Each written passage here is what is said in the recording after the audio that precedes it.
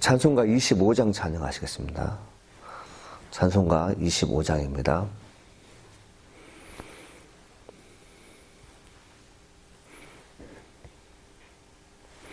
멸류관 벗어서 주 앞에 드리세. 저 천사 기쁜 노래가 온 땅에 퍼지네. 내 혼악 깨어서 주 찬송하여라. 온 백성 죄를 속하신 만왕의 왕일세. 멸류관 벗어서 주 앞에 드리세. 그 손과 몸의 상처가 영광 중 빛나네. 하늘의 천사도 그 영광 보고서 고난의 신비 알고자 늘음 모하도다. 멸류관 벗어서 주 앞에 드리세. 온 세상 전쟁 그치고 참 평화 오겠네. 주 보좌 앞에서 온 백성 엎드려 그 한량없는 영광을 늘 찬송합니다.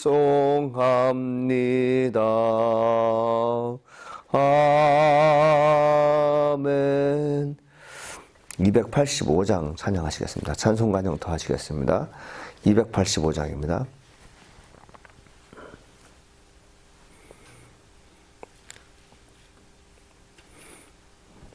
주의 말씀 받은 그날 참 기쁘고 복되도다. 이 기쁜 마음 못 이겨서 온 세상에 전하노라. 기쁜 날 기쁜 날 주 나의 죄 다 씻은 날. 늘 깨어서 기도하고 늘 기쁘게 살아가리. 기쁜 날 기쁜 날 주 나의 죄 다 씻은 날. 이 좋은 날 내 천한 몸 새 사람이 되었으니 이 몸과 마음 다 바쳐서 영광의 주를 섬기리. 기쁜 날 기쁜 날 주 나의 죄 다 씻은 날. 늘 깨어서 기도하고 늘 기쁘게 살아가리. 기쁜 날 기쁜 날 주 나의 죄 다 씻은 날. 새 사람 된 그날부터 평안한 마음 늘 있어서 이 복된 말 전하는 일 나의 본분 삼았도다. 기쁜 날 기쁜 날 주 나의 죄 다 씻은 날. 늘 깨어서 기도하고 늘 기쁘게 살아가리. 기쁜 날 기쁜 날 주 나의 죄 다 씻은 날. 아멘. 하나님 말씀은 요한복음 2장 13절로 22절 말씀 보겠습니다. 신약성경 144쪽에 있는 요한복음 2장 13절로 22절 말씀입니다.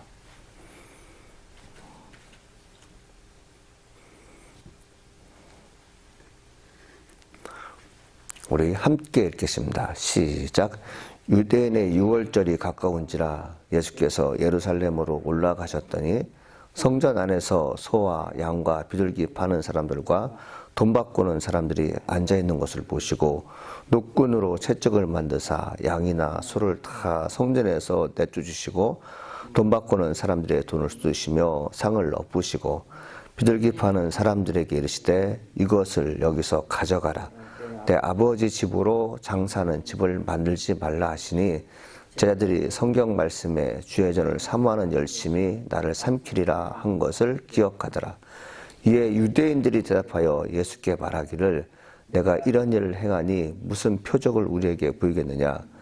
예수께서 대답하여 이르시되 너희가 이 성전을 헐라. 내가 사흘 동안 일으키리라. 유대인들이 이르되 이 성전은 36년 동안 지었거늘 내가 3일 동안에 일으키겠느냐 하더라. 그러나 예수는 성전된 자기 육체를 가리켜 말씀하신 것이라. 죽은 자 가운데서 살아나신 후에야 제자들이 이 말씀하신 것을 기억하고 성경과 예수님께 하신 말씀을 믿었더라. 아멘. 오늘도 하나님이 함께하는 귀한 시간을 간절히 소망합니다. 이 성경 말씀이 이제 우리가 지금 무엇을 읽고 있는 거냐면요. 요한이 지금 예수님과 함께 사역을 하지 않습니까? 동역하고 있잖아요. 동역하는 가운데 예수님의 행적을 써서 곧바로 사람들에게 알린 것이 아닙니다. 오늘날처럼 오늘 아침에 이슈가 되는 사건들을 1시간 후나 아니면 오후에 방송을 통해서 볼 수 있는 시대가 아니었어요. 좀 늦으면 신문을 통해서 오늘의 사건이 내일 보도되는 그런 시간이 아니었습니다. 이것은 요한이 나중에 쓴 책이거든요. 22절에 이렇게 써 있습니다. 죽은 자 가운데 살아나신 후에야 제자들이 이 말씀하신 것을 기억하고 성경과 예수께서 하신 말씀을 믿었다라 되어 있습니다. 그래서 우리 믿는 크리스찬들은 오늘 내게 주어지는 승리의 감격과 그리고 실패의 감격을 무엇을 통해서 점검해야 되면 말씀을 통해서 나를 볼 수 있어야 됩니다.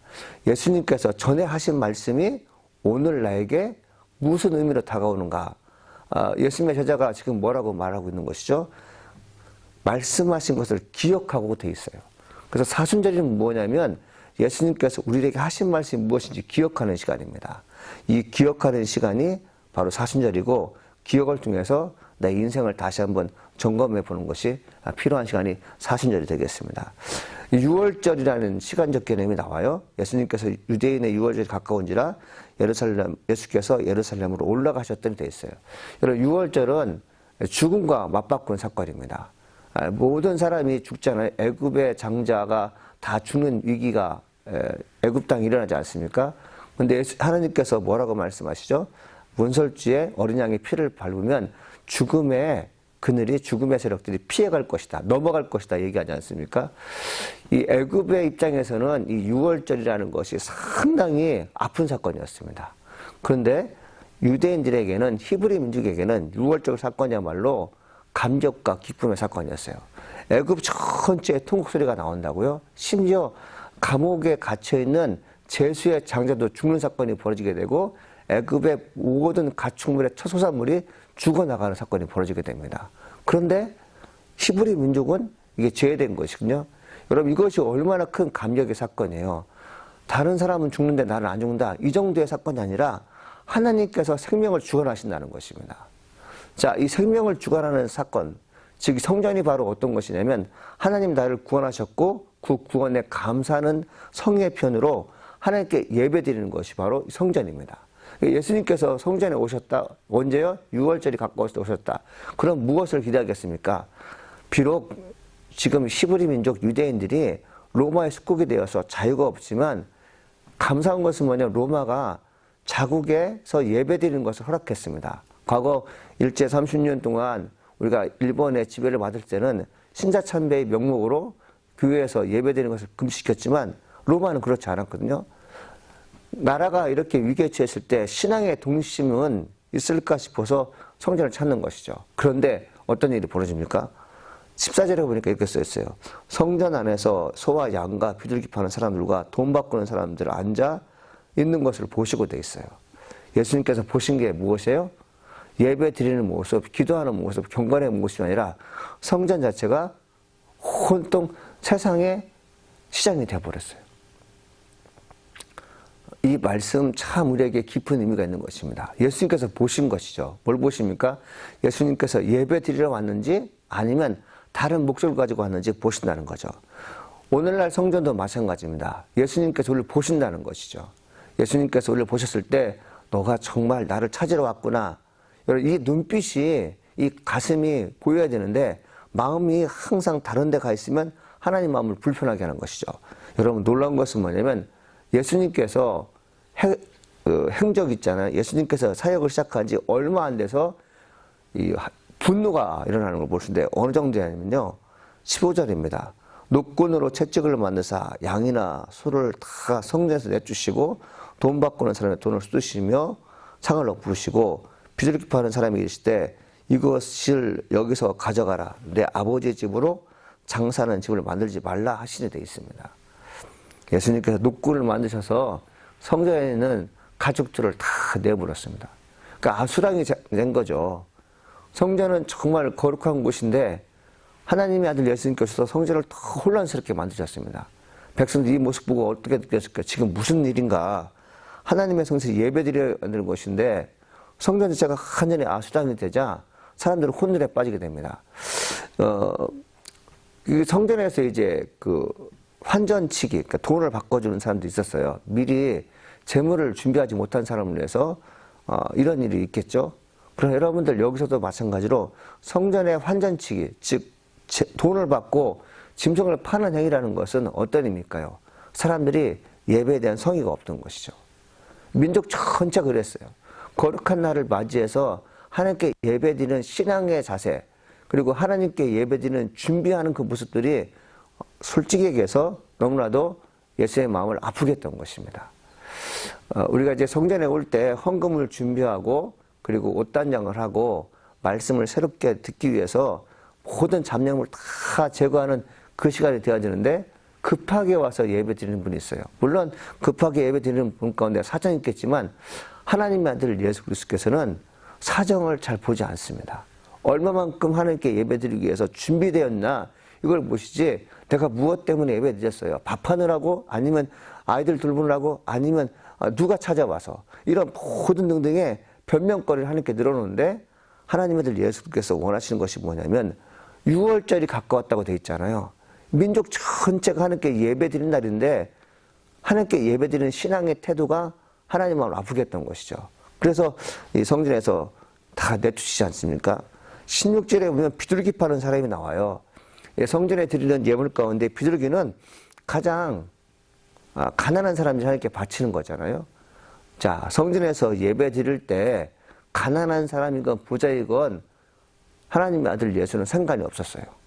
너희가 가난하기 때문에 성전 근처에서 비둘기 파는 것으로 연명하느냐? 하나님의 나라는 그런 것이 아니라고 정확하게 얘기해 주신 것이죠.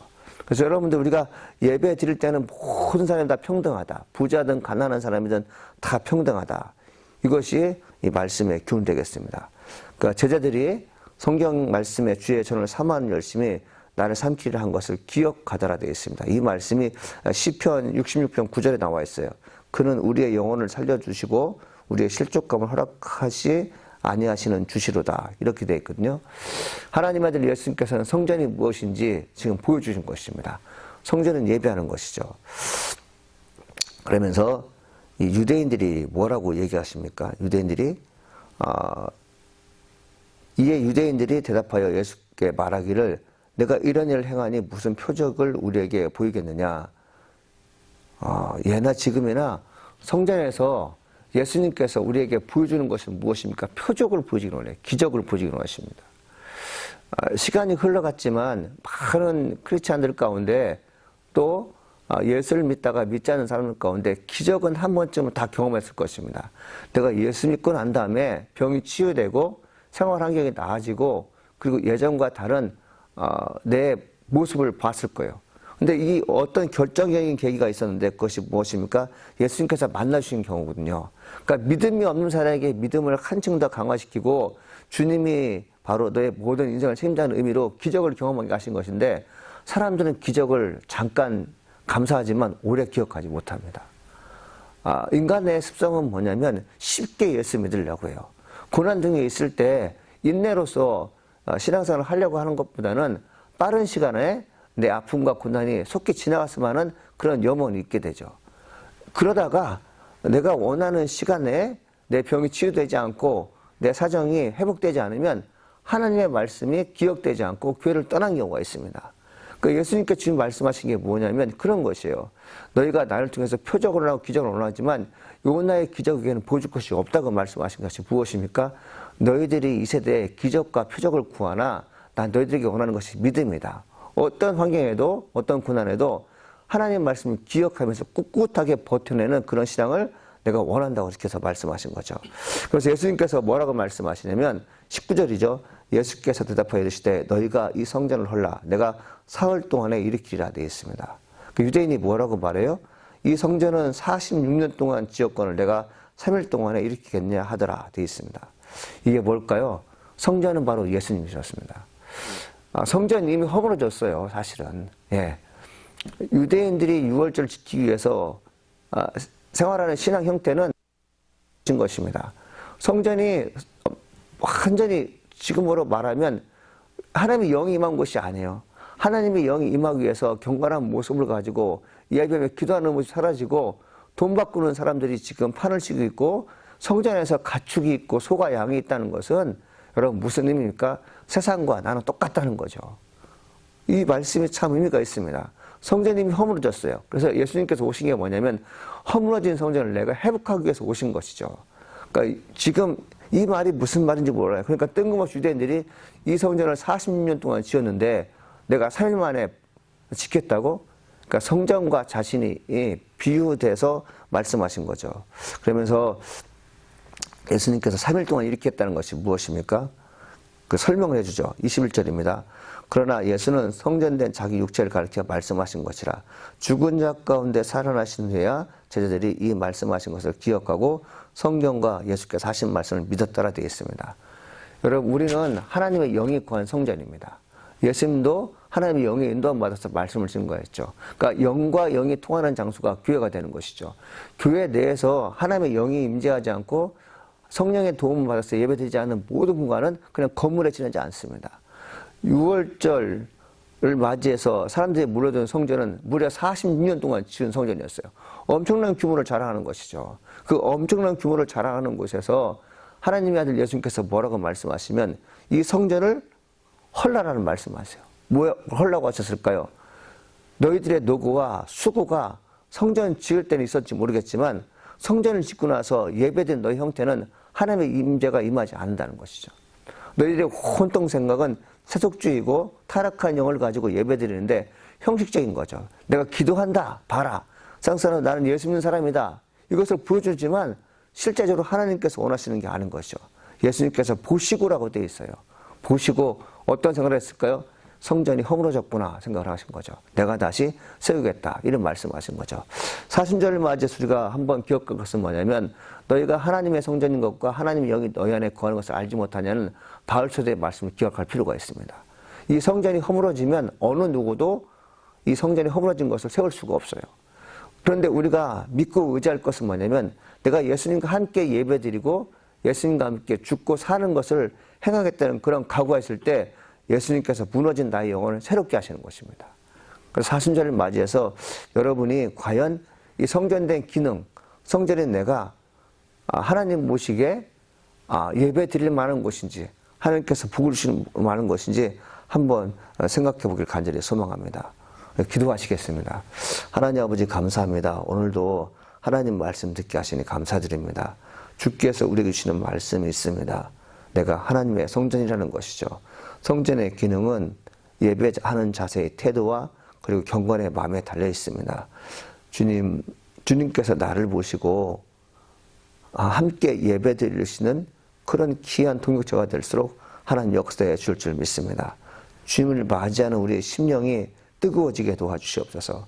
하나님, 일주일 동안 우리가 살 때 하나님 말씀을 기억하는 시간이 많게 도와주시옵시고, 주님께서 보시기에 나 자신이 성전의 기능을 잘 감당하고 있는지 하나님 스스로 물어보는 귀한 시간 되게 도와주실 줄 믿습니다.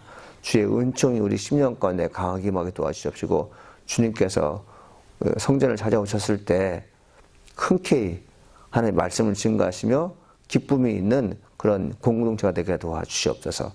하나님이 팬데믹을 통해서 많은 성전이 허물어지고 있습니다. 주님, 허물어진 성전을 세우실 분은 오로지 하나님 한 분밖에 없는 줄 믿습니다. 주여, 이 성전이 다시 회복되게 도와주시옵소서. 사순절 기간 동안 저희들이 기도하며 또 묵상할 것이 무엇인가 하면 성전의 회복을 위해서 기도하는 것입니다. 교회마다 그리스도께서 찾아가 주셔서 회복되게 도와주시옵시고, 성도들 개개인이 하나님을 향하는 열정이 다시 한번 불타오를수록 여호와여 축복하여 주시옵소서. 하나님 감사합니다. 예수님의 이름으로 기도합니다. 아멘. 하늘에 계신 우리 아버지여, 이름이 거룩히 여김을 받아옵시며 나라가 임하옵시며 뜻이 하늘에서 이루어진 것 같이 땅에서 이루어지이라. 오늘날 우리에게 일용할 양식을 주옵시고, 우리가 우리에게 죄 지은 자를 사하여 준 것 같이 우리 죄를 사하여 주옵시고, 우리를 시험에 들지 말게 하옵시며 다만 악에서 구하옵소서. 되게 나라와 권세와 영광의 아버지께 영원히 싸움나이다. 아멘.